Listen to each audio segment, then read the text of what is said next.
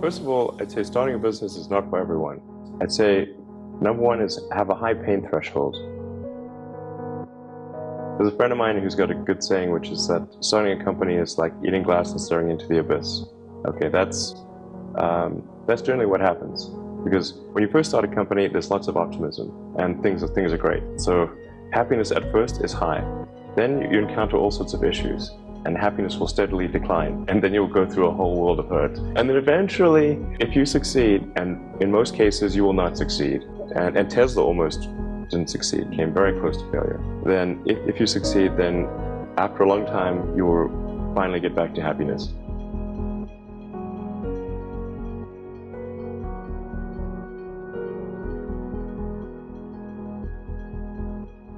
Really liking what you do, whatever area that you get into, given that even if you're the best, there's always a chance of failure. Successful entrepreneurs probably come in all sizes, shapes, and flavors. So I think it's important that you really like whatever you're doing. If you don't like it, life is too short. If you like what you're doing, you think about it even when you're not working. It's something that your mind is drawn to, and if you don't like it, you just really can't make it work, I think.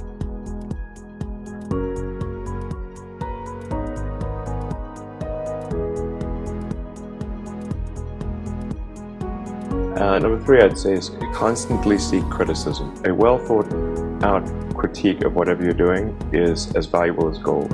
And you should seek that from everyone you can, but particularly your friends. Usually your friends know what's wrong, but they don't want to tell you because they don't want to hurt you. So they'll say, oh, I want to encourage my friend, so I'm not going to tell him what I think is wrong with this product. It doesn't mean your friends are right, but very often they are right. And you at least want to listen very carefully to what they say.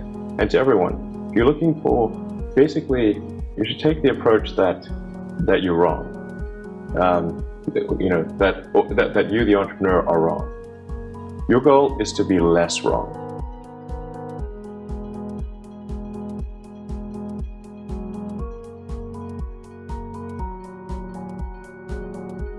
Some of the things I've described already, I think, are very important. I think really a natural human tendency is wishful thinking. So a challenge for entrepreneurs is to say, well, what's the difference between really believing in your ideals and sticking to them versus pursuing some unrealistic dream that doesn't actually have merit? That is a really difficult thing to tell you. Can you tell the difference between those two things? For me, an obsessive nature with respect to the quality of the product is very important. So you need to be sort of very rigorous in your self-analysis, and then just work like hell.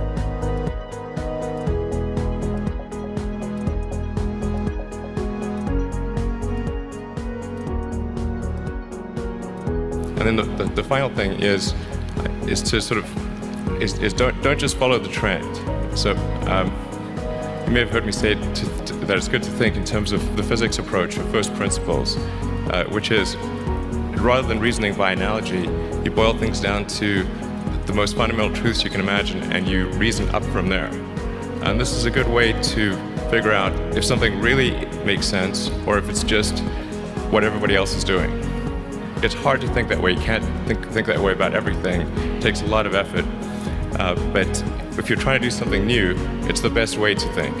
And that framework was developed by physicists to figure out counterintuitive things like quantum mechanics. So it's really a powerful method.